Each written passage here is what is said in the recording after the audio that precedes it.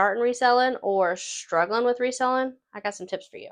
I got my notes with me because I got a lot to go over and I won't remember everything. These are things that I have learned over time. This is not the end all. This is the way you have to do it. I'm just trying to give anything that I have learned to help anyone, because if I can help someone, that would be great. The thing we're going to talk about is research. So I'm going to try to do like a little screen recording either after or before I tell you about some of these things, to show you exactly how to do it.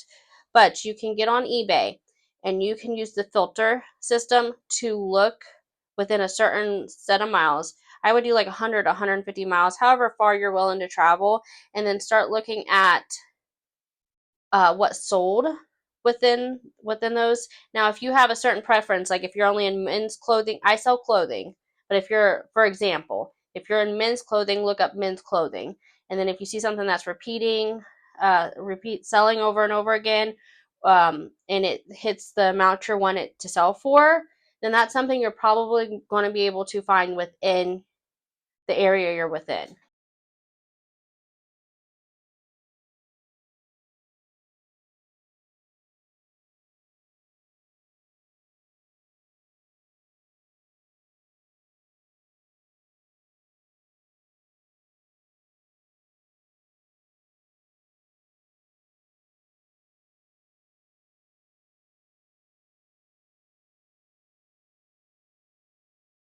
That's a good way to figure out what you can pick up within your area. So you just got to keep doing that over and over. Look at what's sold.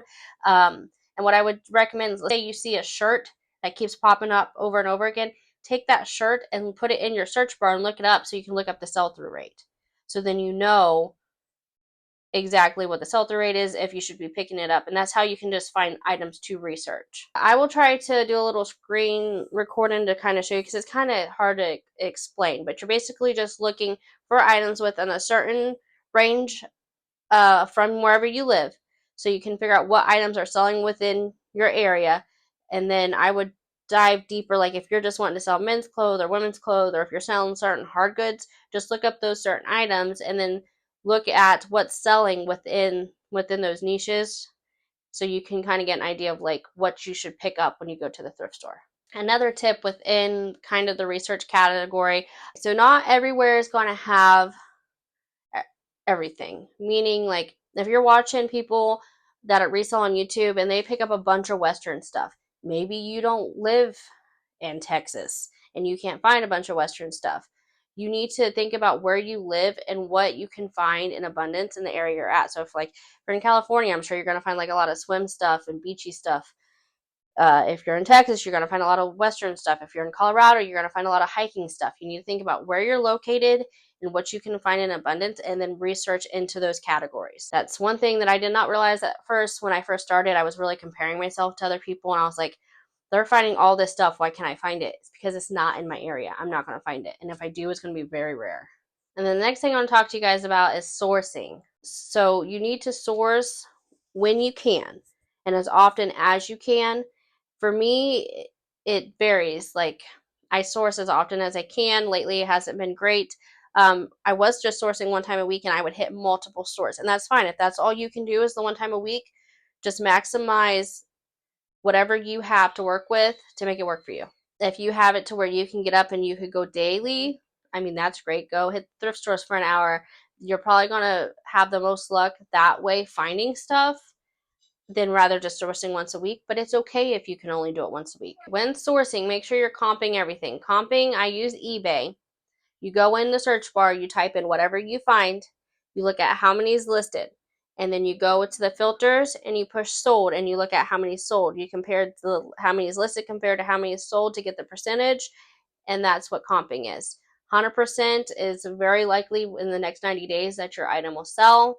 If it's 50%, there's basically a 50% chance that it's going to sell within the next 90 days. It goes, eBay does 90 days when you're researching things. That's what they do, is a 90-day chunk.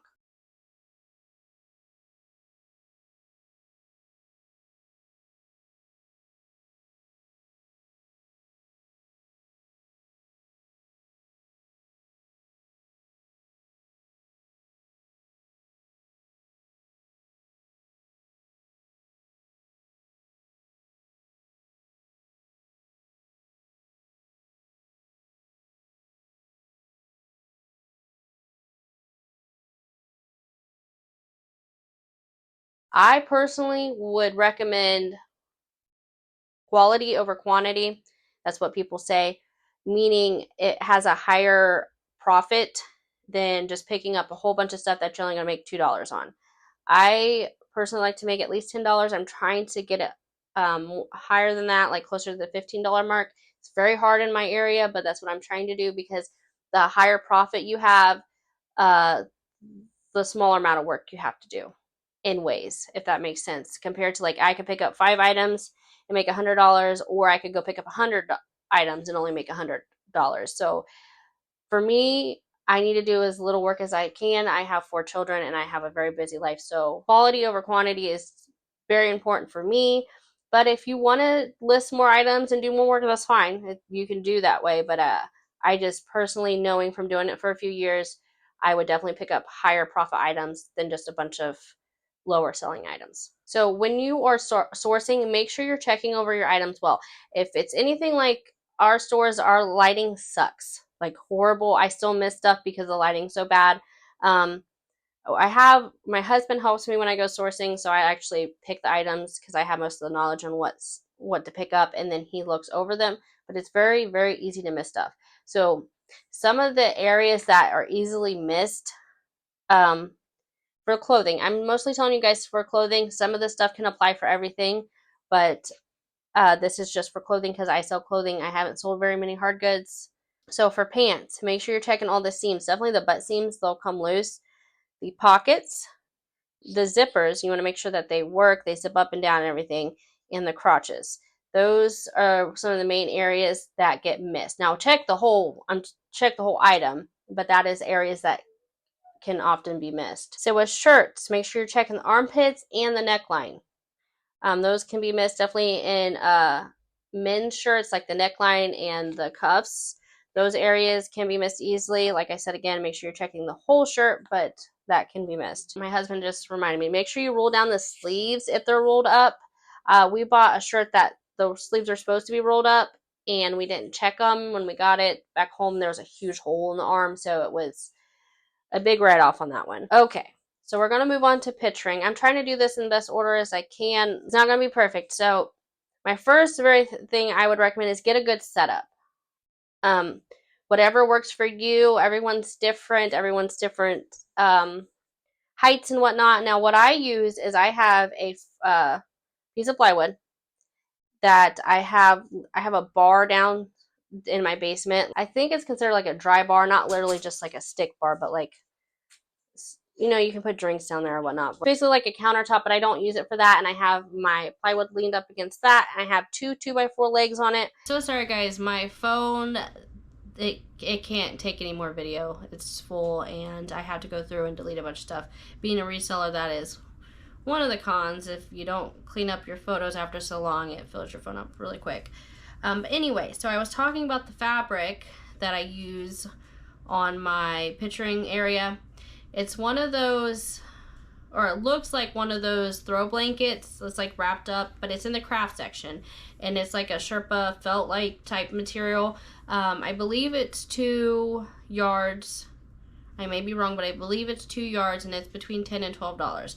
That's what I get to put over my plywood to do my pictures. It holds stuff up. Now, some stuff will slide down if it's extremely, extremely slippery, but I don't have trouble with that very often anymore. And if that happens, you can literally just put a hanger to hold it up, and you can even tie a string to it, whatever will work. And with having a good setup, like the whole setup needs to be good. Like what I have is I have my board, and then I have a table beside me, and it has everything right there beside me. So I don't have to take any steps, but I would recommend making it so you don't have to take any more than 2 steps.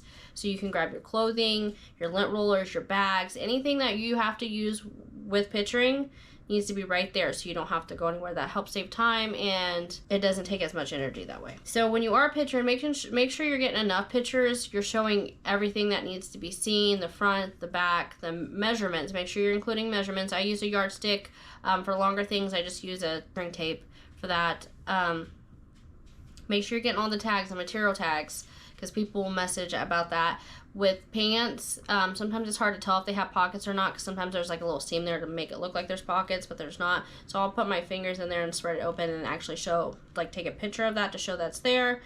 Make sure you're taking pictures of flaws and you're pointing them out. Sometimes I'll take the picture and then I'll even pull it back a little bit, and I'll either point to where it's at so they can see the location and they know exactly where it's at. I recommend having a lint roller.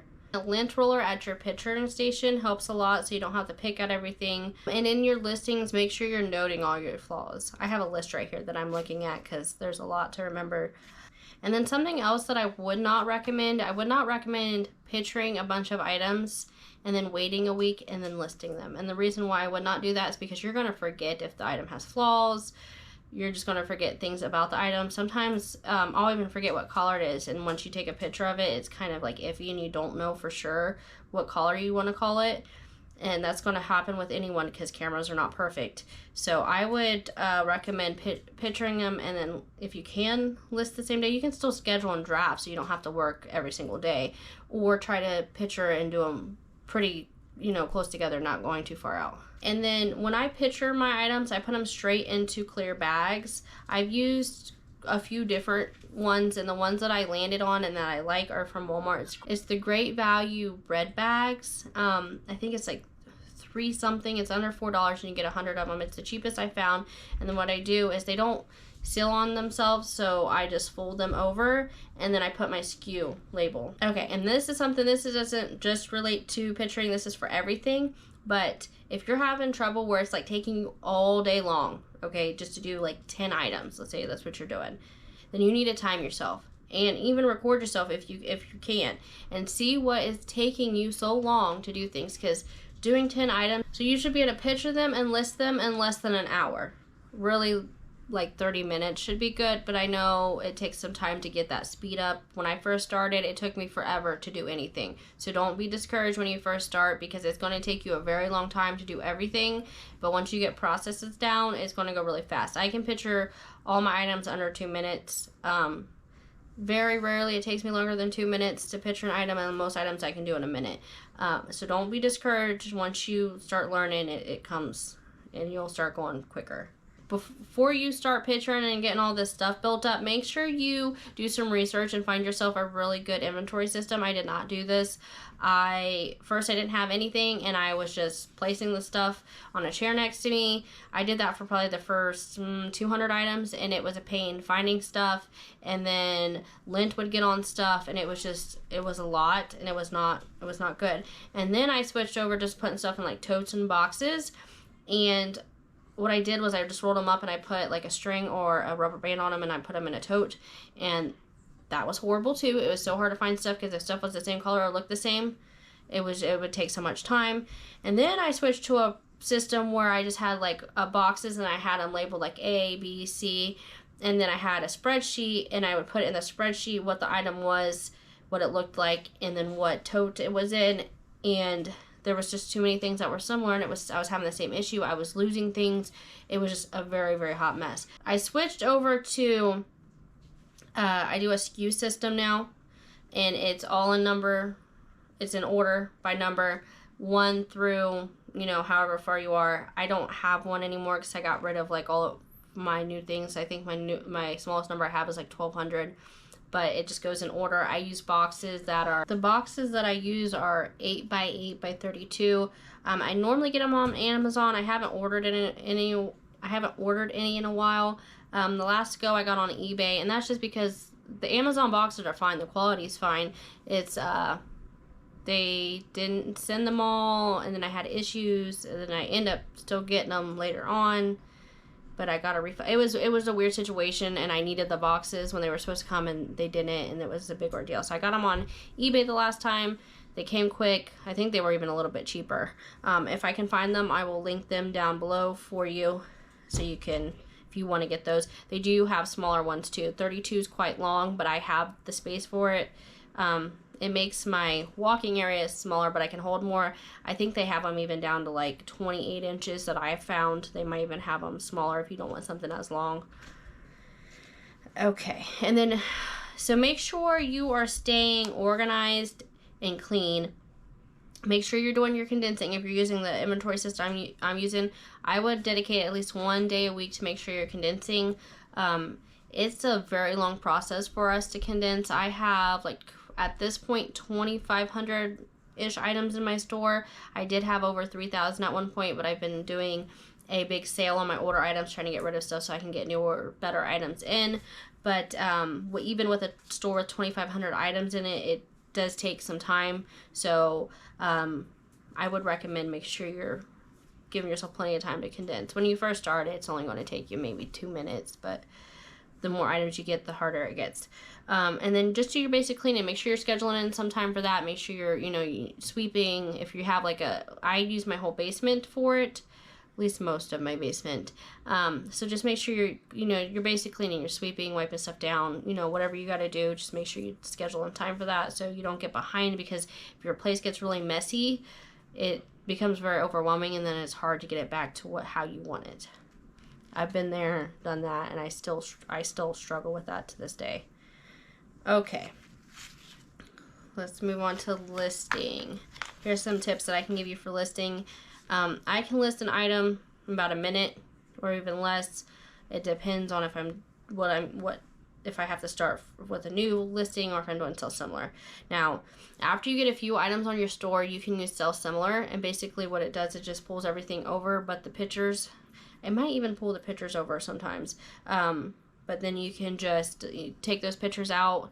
If it's a very similar item, all you have to do is change the title a little bit if it needs changed. Sometimes it might not even need changed, and then just fix anything you need, and everything from that previous listing would be pulled over. So it makes it so much quicker to list items that way. I do a lot of sell similars. If you're doing the SKU system, make sure you are changing the SKU if you're using sell similar. I have made mistakes not doing that, and it's caused me issues, not a ton, because when I do pictures, I always take a picture of my SKU and I put that at the very end of my pictures on the listing, so that way if I put the wrong SKU in there, I still have that picture as the backup to tell me where it's supposed to be. And then another thing you can do, you can make templates for your description, like your main description. You can make templates, and that's what I did. And I made a generic thing. It has title, and then further down it has just some bulletins with its measurements are in the pictures, pre-owned, whatever you want to do, blah, blah, blah, in the bulletins. And then at the top it says title, and all I do is I copy and I paste my title, and I put it down in there. And one of the things you need to do is try to work from top down and try to make it so you don't have to go back up. So make sure you're hitting everything you need to do. So when I'm going down, I know I have to copy my title before I move on, so I have it for my description. And then I have on here, make sure you add your SKU. That's very, very important. And then I use a notepad, so I have a pretty big screen, but I'll use about half of my screen. I put my eBay on there, and the other half I have my pictures on my file section pulled up with my pictures, and then above that I have the little sticky note thing, and I have a thing written out that it's pre-owned and blah, blah, blah, whatever I wanted to put in there. And I copy and I paste that, and I put that, there's 2 descriptions on eBay. And there's the little one that people can kind of see when they're looking at the listing, and to look at the full one, they have to go into the listing to actually see it. So I just use a little thing and I copy and paste that to put that in there. And then I have my template for my main description that I can just click on, and it has a pull down thing, and then I can click whatever one I want, and it puts my description in the main one. So that helps. It makes it a lot quicker. And then just getting a process for your listing, know exactly what you have to click on and what you need to fill out and everything, because I promote my items, so I know I have to, click the promotion and just whatever you're wanting to do with yours, because your listings may look different than mine. So just figure out the process, do a few, figure out what you need to do, and then make sure you have a process, and I need to do this step, this step, this step, and then this step. And I'm telling you, it helps a lot, because when I first started, it took me forever to list. And with the picturing and the listing, make sure you get rid of all the distractions, because you can get this stuff done quite quick.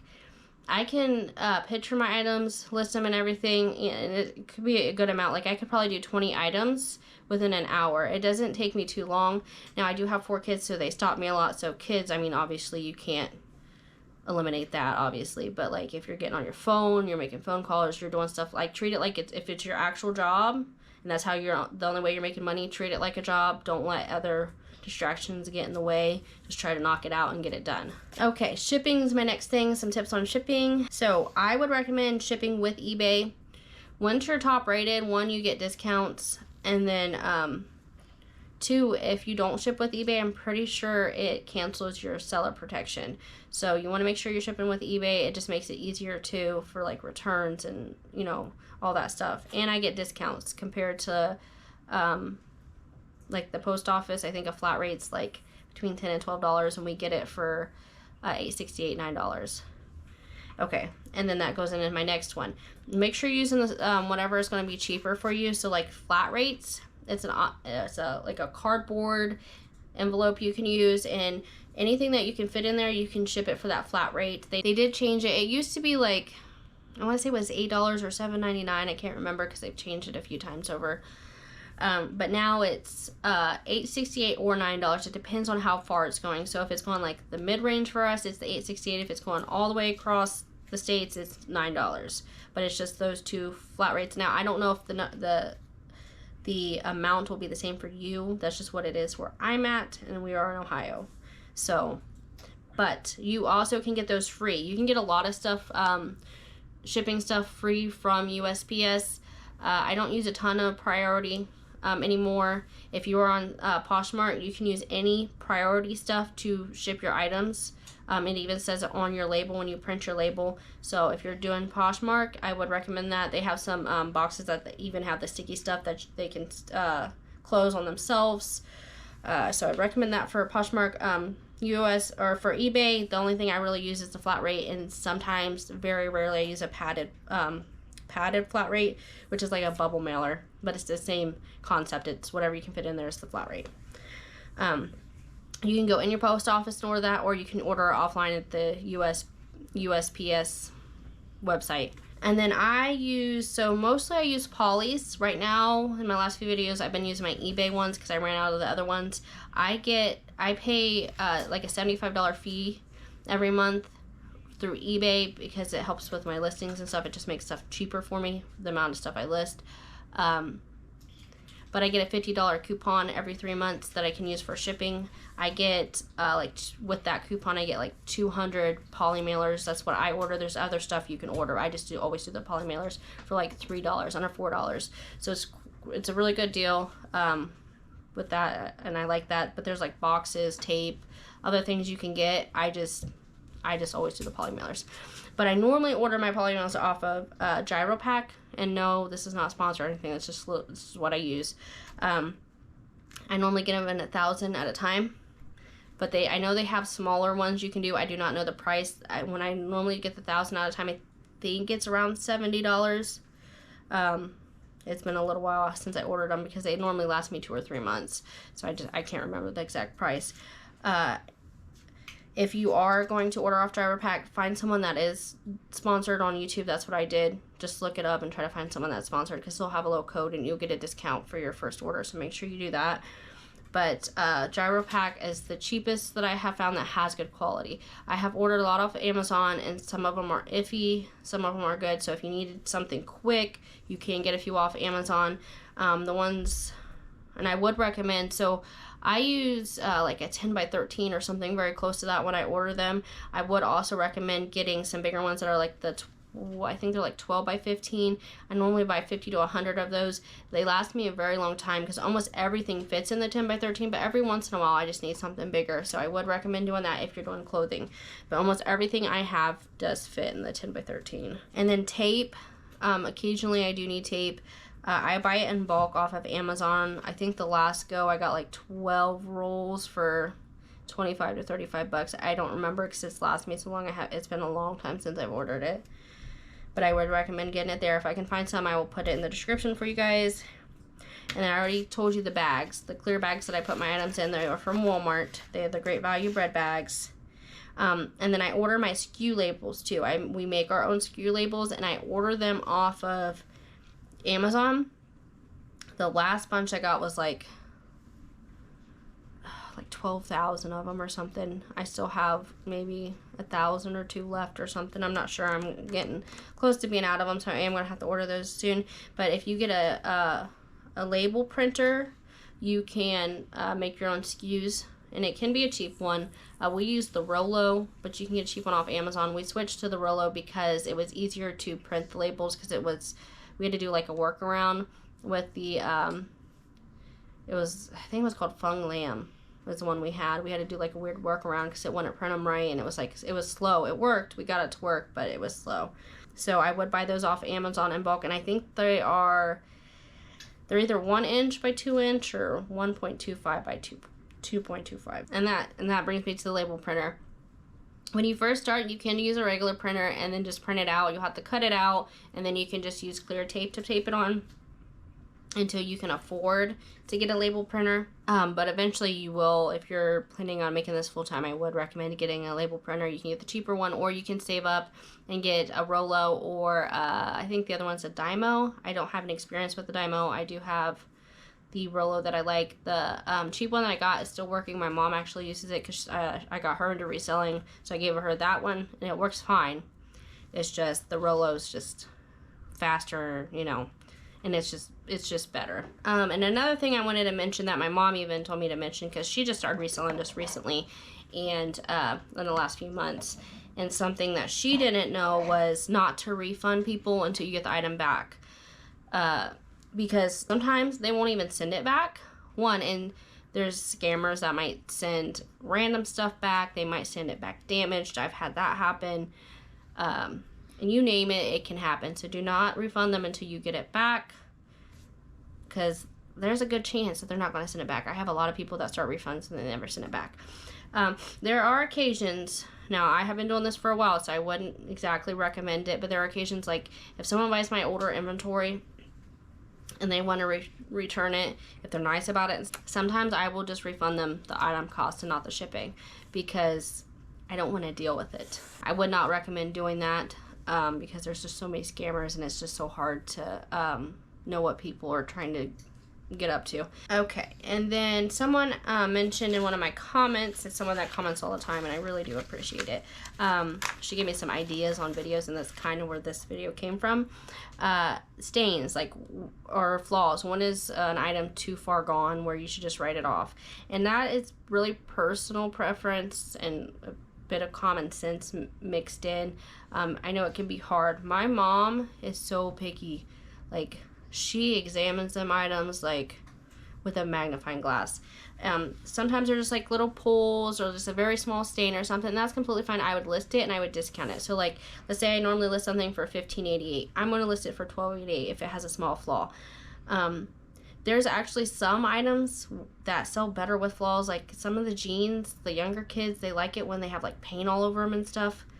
It's I don't know why. I don't know if it's supposed to make them look like they work. I don't know why they like it like that, but they do. So you just kind of have to weigh it out a little bit. Now, if there's a bunch of holes in it, and it does not look good, I would write it off. Now, if there's a bunch of holes and stuff and it looks distressed and it looks like something someone might wear if they're like punk rock type stuff, I would just list it and make sure you put that it's, you can put like distressed, thrashed, stuff like that in the title, and make sure you note it down in your description. I know when I have flaws, I note it in both descriptions, and I make sure there's pictures, because people will still, even when you do that, they'll still say they didn't see it, because people just don't pay attention. If it's just small flaws, I would still list it, because I sell tons of stuff that has flaws with it, because I still miss stuff to this day, and I have looked through thousands and thousands and thousands of items. It happens.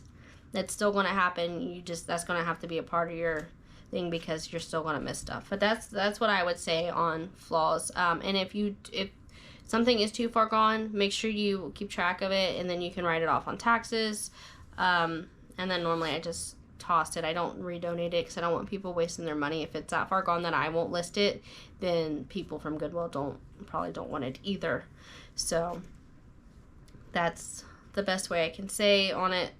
But if it's just small holes, small stains, and it's still somewhat wearable, people sometimes will buy the items and like tie-dye them and stuff, or they're just using the fabric. So You gotta keep that in mind. And then some things that you need to keep track of that I did not realize at first when I started, even when I was doing part-time, you need to keep track of your cost of goods. What we like to do is we have a spreadsheet that we put all the items in. What we do is we do by trip. So if I bought 100 items and it was $100, I would put in there that I got, because sometimes I go to the bins. So I just count my items and then I put how much it costs. So 100 items and $100, and then you can do that for each trip. And then what we do is we divide the total cost by how many items we got, and that gives us our cost of good per item. So that's why it's just an average, because it's going to be way too hard. If you're buying like 3,000 items a year to list on your store, and you're trying to remember if you paid $1.75 for that or $2 for this, it's going to be too hard. So it's just easier to average it out. That's how we do it. You do not have to do it that way, but that's the easiest way. And if you're putting it on your computer, make sure you have a backup of some sort, because last year my husband forgot that it was on our server computer. He does techie stuff, and he had it on our server computer, and he did something with it and it completely deleted it. So I lost everything and I had to go back and do it again, and let me tell you, that's a lot of work. So just make sure you have a good records and just keep track of everything. Make sure you're keeping track of your gas, your mileage. There's apps and stuff you can get to track that. Food, you can definitely, if you're traveling to source like we do, you can write off your food, and then just keep track of all your write-offs. And then 2 other things that I have to mention. I'm sure I've missed stuff, and I'm sorry if I did. If you have any questions, let me know, and I will answer them the best I can. I have been reselling full-time for sure for 3 years, but I've been doing it longer than that, part-time. But don't compare yourself to others. I've been doing it for a while, and I feel like as long as I've been doing it, I should probably be where other people are, but other people are in different stages of their life. They might not have as many kids as I do. They might have different places they can get better items. You just don't want to compare yourself to other people. It's okay if you make less than other people. It's okay if you're not doing as good as other people. Everyone does stuff at their own time, and it's completely fine. So don't worry about it, but just do stuff on your own time. Don't stress about it. It's okay if you make less money than other people. I'm sure you probably make more money than other people, and they're thinking the same thing, but that will get in your head and it will mess you up, and then you'll start making mistakes, you'll start freaking out, and then you'll start changing stuff on your eBay, and then it just makes it worse. Trust me. I'm saying this from experience. And then another thing, don't overdo it, because you can get burnout, and I have recently got burnout because I was overdoing it. I was doing too much. I had so much going on with my life. So you need to make it as simple as possible. Make sure you're not doing too much. That's why I recommend that's why I recommend quality over quantity. The less work you have to do, the easier it is for you. You make the same amount of money, but doing less items. So that's why I recommend it. Be kind to yourself. Make processes so it's easier for yourself. And don't feel bad if you can't do as much as other people. And it's okay. But that's the tips I got for you guys. If you have any questions, let me know. I hope this can help somebody. I know it might not be everyone's cup of tea, but this is what I've learned and what has worked for me. And if I could help anyone else make it any bit easier on them, that would be great. So I will see you tomorrow.